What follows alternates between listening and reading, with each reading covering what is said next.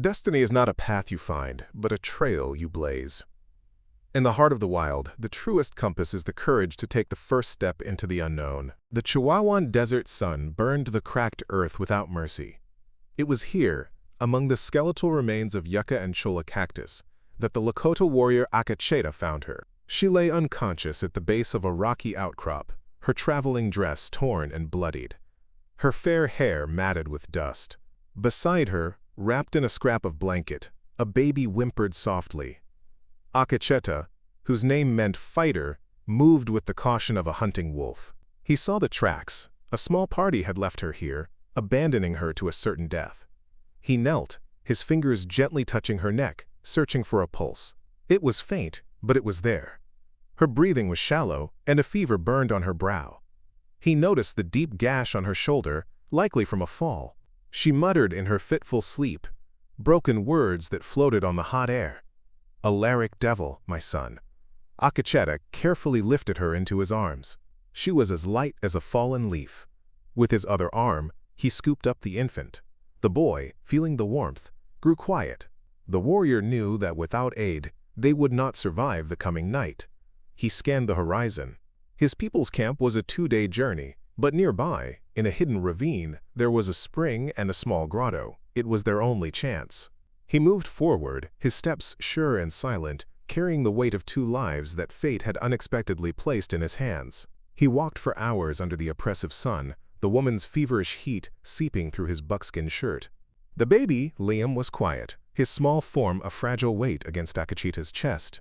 The warrior's focus was absolute, his eyes scanning the terrain for the hidden entrance to the ravine. He thought of the tracks he had seen. They were not the tracks of men lost in the desert. They were deliberate, leading away from the woman, leaving no doubt of their cruel intention. What kind of man would do this to his own? The question echoed in the vast silence of the desert. He felt a protective anger rise within him, a feeling as fierce as the sun above. As dusk painted the sky in shades of orange and purple, he found the narrow opening. The air inside the ravine was cooler, a welcome relief. He carried them into the small grotto, a natural shelter carved from the rock. He laid the woman gently on a bed of dry leaves he gathered, then tended to the baby. He gave the infant a few drops of water from his own water skin. The woman's breathing was still ragged, her life hanging by a thread. Akacheta knew the night would be a long vigil. He sat by the entrance, a silent guardian, watching the stars appear one by one in the darkening sky, the fate of these 2 strangers now intertwined with his own. In the cool of the grotto, Akacheta tended to the woman's wound. He used the knowledge passed down from his ancestors. He cleaned the gash with water from the spring and applied a poultice of crushed yucca leaves, known for their healing properties. While she drifted in a restless, feverish sleep, he cared for the child, feeding him a thin broth made from dried meat. On the 3rd day, the fever finally broke. The woman opened her eyes, fear swimming in their blue depths, when she saw the warrior's face. "Where am I? My son," she whispered, her voice raspy. "He is safe." "And you are safe," Akacheta replied in calm, low English. She told him her name was Eleanor. Gradually, trusting in his quiet strength, she shared her story. Her husband, Alaric Thornton, the wealthy owner of a silver mine in the town of Silver Canyon, had cast her out. The reason was their son, Liam, born too soon after the wedding, with dark eyes and hair that did not match the fair features of the Thornton family. Alaric, obsessed with his reputation, had accused her of infidelity and left her to die in the desert. Eleanor's voice trembled as she spoke, the memory of his cruelty still fresh and raw. Akacheta listened without interruption, his expression unreadable, but his hands clenched into fists at his sides. As Eleanor spoke of her past, she recalled a single, secret meeting by a river the previous spring. She had been riding alone when her horse was spooked by a snake. A stranger, a native warrior, had appeared as if from nowhere, calming the animal with a quiet command. They had spoken for only a short time, a brief connection between 2 different worlds. As she described the warrior, her gaze met Akacheta's. A spark of recognition flashed between them, as sudden and bright as lightning. He was the same warrior. The unspoken truth hung in the air of the small grotto, a revelation that changed everything. Akacheta looked down at little Liam, asleep in his arms, and saw his own reflection in the boy's features. The dark hair, the shape of his eyes, the proud line of his jaw. He said nothing, but a certainty bloomed in his heart. This was his son. The weight of this knowledge was immense. He looked at Eleanor, seeing not just a woman he had rescued, but the mother of his child. A bond, forged in a fleeting moment by a river, had now become a destiny. He knew then that he would protect them with his life, no matter the cost. His path was now their path. Meanwhile, in Silver Canyon, Alaric Thornton's fury knew no bounds. He could not allow the whispers of his shame to spread. To cover his tracks and reclaim what he considered his property, he summoned a man who lived in the shadows. Jasper Crow, known only as the Ghost, was a ruthless bounty hunter, famous for his ability to track anyone, anywhere. Crow did not ask questions. His only concern was the price. Alaric paid him handsomely, a bag heavy with silver coins. "Bring me the woman and the child," Alaric commanded, his voice cold as steel. "And the savage who might be with her. I want him dead. No witnesses." Jasper Crow was a tall, lean man with eyes that missed nothing. He took the silver without a word, his gaze fixed on a map of the territory spread across Alaric's polished desk. He was a master of his trade, a predator who enjoyed the hunt. He studied the map, his mind already piecing together the likely paths a desperate woman might take. "She will seek water. She will seek shelter," Crow said, his voice a low rasp. "She will not last long alone. But if she has help—" He let the sentence hang in the air, a silent promise of violence. He left Silver Canyon before dawn, a phantom moving into the vast, unforgiving desert. Akacheta, leading Eleanor and Liam toward his people's camp, soon sensed they were being followed. The signs were subtle, almost invisible to an untrained eye, but he saw them. A displaced stone here, a broken twig there. These were not the tracks of a common traveler. One morning he found a strange mark left on a flat rock, 3 scratches crossed by a single crow feather. It was a hunter's sign, a declaration. Akacheta recognized it as the signature of a man whose reputation was whispered in fear around campfires. The Ghost was on their trail. The danger had just multiplied tenfold. Akacheta knew they could not continue on the open path. The man hunting them was a professional, a relentless tracker who would not be easily fooled. He had to change course, to use the land itself as his ally. He quickened their pace, choosing a more difficult, less obvious route through the rugged, winding canyons. The journey became harder, the terrain more treacherous. He pushed them onward, his senses on high alert, constantly watching their back trail, listening for any sound that was out of place. He was no longer just guiding them to safety. He was leading them through a deadly game of cat and mouse. When they finally reached the Lakota winter camp, nestled in a sheltered valley, their arrival was met with wary silence. The appearance of a woman from the settler world carrying a child caused a stir of unease. The greatest suspicion came from Wapiti, a young and respected warrior who saw her as a harbinger of trouble. "She will bring soldiers or bounty hunters down on us," he argued at the council fire. "We cannot risk the safety of our people for her." His words found fertile ground in the hearts of those who had suffered at the hands of the white man. The air grew tense with mistrust and fear. However, Tamani, the tribe's old and wise medicine woman, whose word carried great weight, saw something else in Eleanor's eyes. She saw not a threat, but a spirit of resilience. She listened to Akacheta's account and studied the woman and child for a long time. "The spirits do not guide people to our door without reason," she said, her voice quieting the murmurs of the council. "She will stay." Then she looked directly at Eleanor. "But you must prove you are worthy of our protection. You must show respect for our ways." Wapiti reluctantly submitted, but his gaze remained cold and distrustful. For Eleanor, a new trial had begun. The first few weeks were difficult. Eleanor felt the weight of Wapiti's suspicion and the cautious stares of the other women. She was an outsider, a ghost from another world. She dedicated herself to learning, watching, and listening.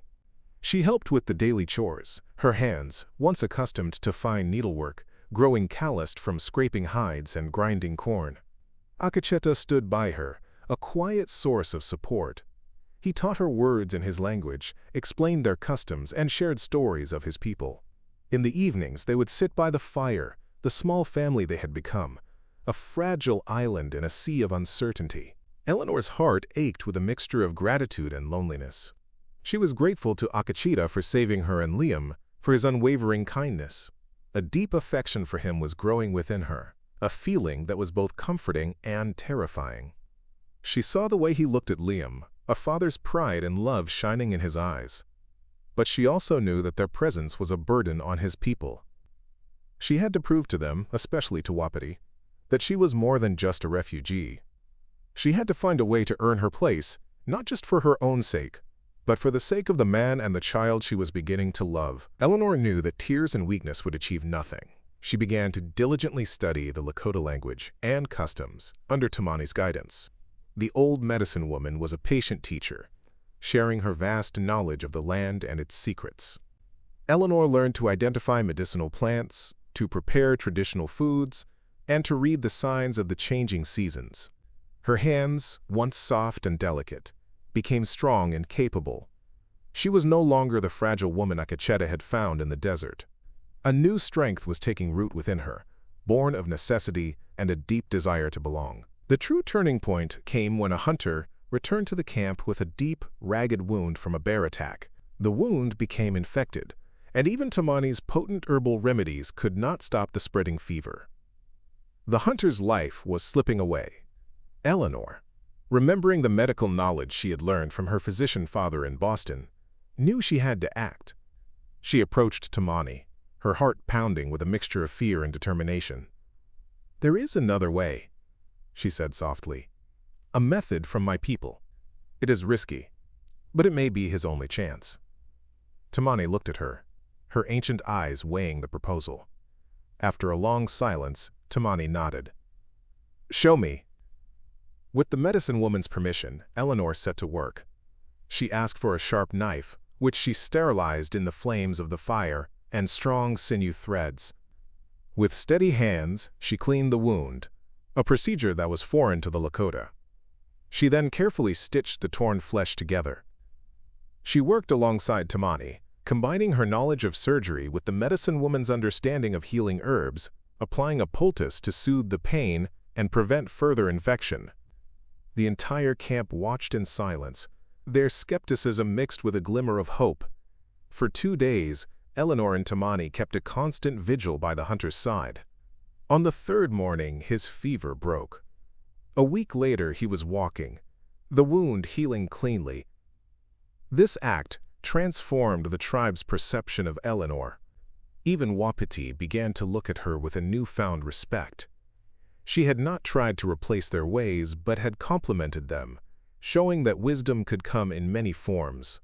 She had earned her place not as an outsider, but as a valuable member of their community. Her bond with Akecheta deepened, their shared purpose now woven into the fabric of the tribe itself. Jasper Crow was not a man who gave up easily. Having lost their trail in the rocky canyons, he changed his tactics. He would not assault the camp directly. Instead, he would set a trap, using the settlers' own fear as his weapon. With his men, he rode to a remote ranch, a place far from any military outpost. Under the cover of darkness, they attacked, killing the lone farmer and setting fire to his cabin. Before leaving, Crow planted a single Lakota arrow, one he had found on the trail, in the rancher's wooden gate. The stage was set. The false evidence would do his work for him.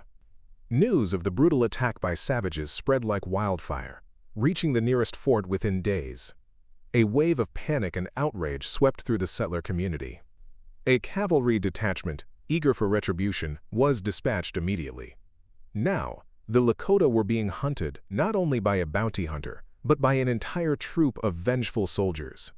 The trap was closing. One evening, as Akecheta stood guard on a high ridge overlooking the valley, he saw a glint of light from a distant peak. Someone was watching the camp through a spyglass. It was Crow. He had them cornered. The tension in the camp grew thick enough to cut with a knife. Fearful whispers began to circulate again, some blaming Eleanor for the new danger. They were caught between a hammer and an anvil. On one side, a ruthless bounty hunter who knew their location, and on the other, an enraged army seeking blood. Eleanor felt a cold dread creep into her heart. Had she brought destruction upon the very people who had saved her? She looked at Akacheta, his face grim in the firelight, and saw the weight of his responsibility. He had to protect not only her and his son, but his entire tribe. That night, the council gathered again. The mood was somber. "We are trapped," Wapiti said, his voice heavy. "The soldiers will show no mercy." Eleanor stood before them, her voice clear and steady despite the fear she felt. "This is not your fight," she said. "It is my past that has brought this upon you. Let me and Akacheta face them. We will lead them away from the camp."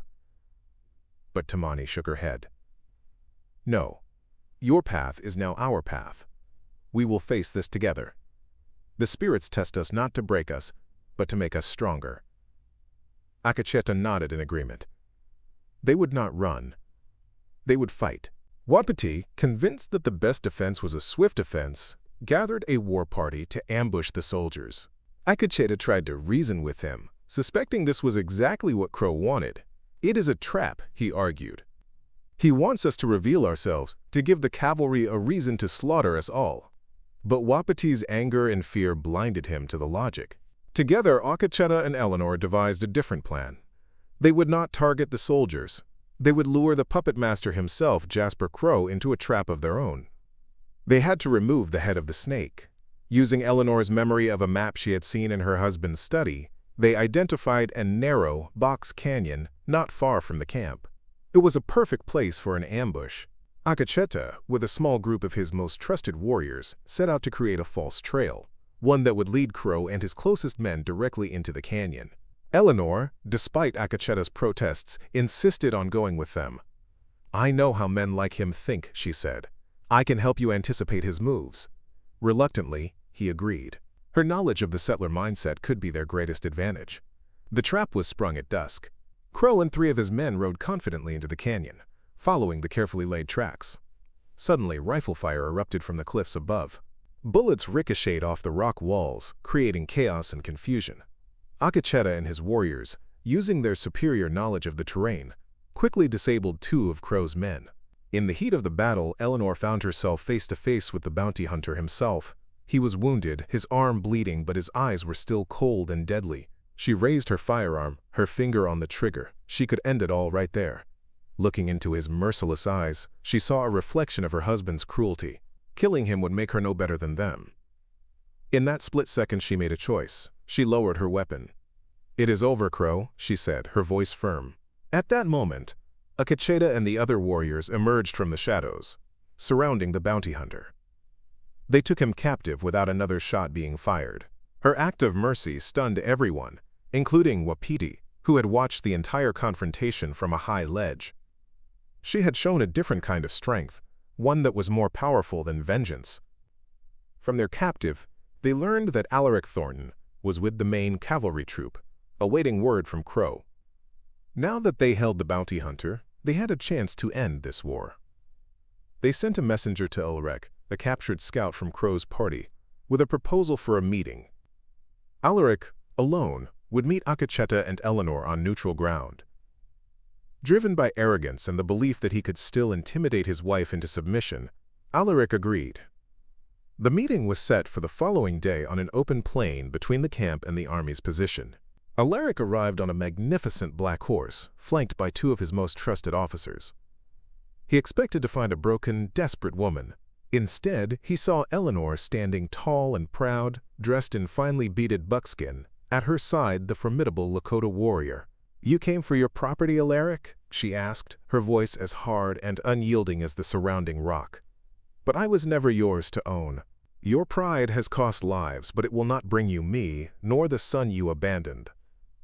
Her words, clear and sharp, cut through his composure. The officers shifted uncomfortably. She then turned to the cavalry officers and told them the whole truth. She spoke of Alaric's cruelty, his lies, and the bounty he had placed on her and an innocent child. She revealed how Crow had staged the attack on the ranch to provoke them. "You were sent to avenge a crime that never happened," she said, her gaze steady. "You were pawns. in one man's bitter game of pride.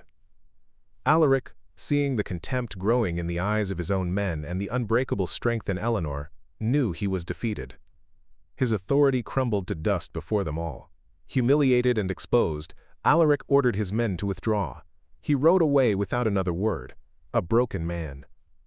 Jasper Crow, who had been brought to the meeting under guard, watched the scene with a strange expression. Disgusted by the weakness of the man who had hired him and impressed by the courage of the woman who had spared him, he simply turned and walked away, disappearing into the prairie, leaving the bounty behind. The threat was finally over. Eleanor and Akechita stood together on the plain, the setting sun casting their long shadows across the land, a symbol of their hard-won victory. With the danger gone, the tribe gathered for a great council. Wapiti, who now saw Eleanor not as a threat but as a courageous ally, was the first to speak in her support. "Her wisdom and bravery saved us," he declared to the assembly. "She has proven that her heart belongs with our people." His words were met with a chorus of approval. The tribe, united by the shared ordeal, welcomed her fully into their midst. Tamani, her eyes shining with pride, performed a ceremony, officially adopting Eleanor and Liam into the Lakota nation. A new chapter had begun. They decided to leave the old winter camp and move to a hidden fertile valley that only the elders knew of. It was a place easier to defend, a sanctuary where they could build a new life, far from the encroaching world of the settlers. The journey to the valley was a celebration, a migration of hope. It symbolized a new beginning not just for Eleanor and Akechita, but for the entire tribe, which had been strengthened and transformed by the trials they had faced together. In this new home, they would plant the seeds of a peaceful future. In the heart of the valley, under the watchful eyes of their new family, Akecheta and Eleanor held their wedding ceremony. It was a union that bound not just two people, but two cultures. Tamani officiated, her voice weaving together ancient Lakota blessings with words that honored Eleanor's own heritage. They exchanged gifts that symbolized their joined paths. She gave him a compass, so he would always find his way, and he gave her an amulet of an eagle feather, a symbol of courage and freedom. Their love, born in the harshness of the desert, was now consecrated in this peaceful sanctuary. As the celebration continued into the night, with drumming, singing, and feasting, Eleanor looked at the faces around the fire. She saw acceptance, respect, and love. She was no longer an outcast or a refugee. She was a wife, a mother, a member of a proud people who had embraced her as their own. She took Akechita's hand, their fingers intertwining.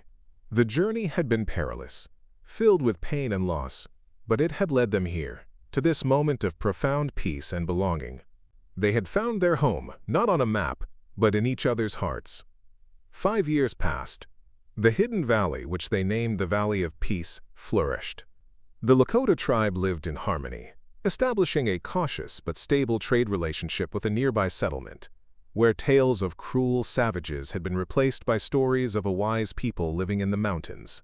Eleanor and Akechita were raising Liam and their young daughter, whom they had named Tamani, in honor of the old medicine woman.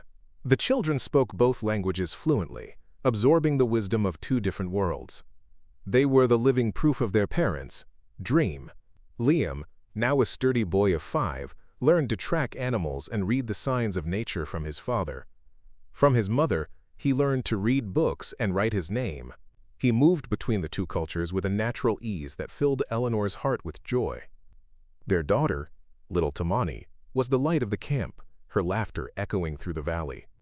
One evening, as the family sat by their fire, Akechita told the children legends of his people, while Eleanor pointed out the constellations from an astronomy book, a treasured gift from a friendly trader.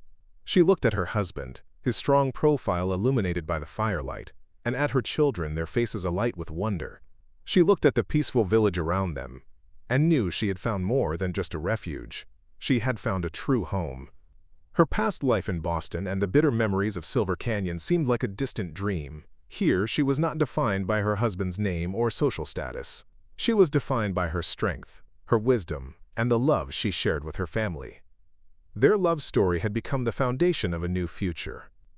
In the distance, a wolf howled, its call echoing off the canyon walls. It was not a sound of warning anymore. but a familiar part of the valley's nightly song, a reminder that all voices had their place in the great harmony of life. Eleanor leaned her head on Akacheta's shoulder, a profound sense of peace settling over her. Their journey had been a testament to the idea that love could build bridges over the deepest divides. They had forged their own small but real piece of peace in the very heart of the Wild West, a legacy that would be passed down for generations to come.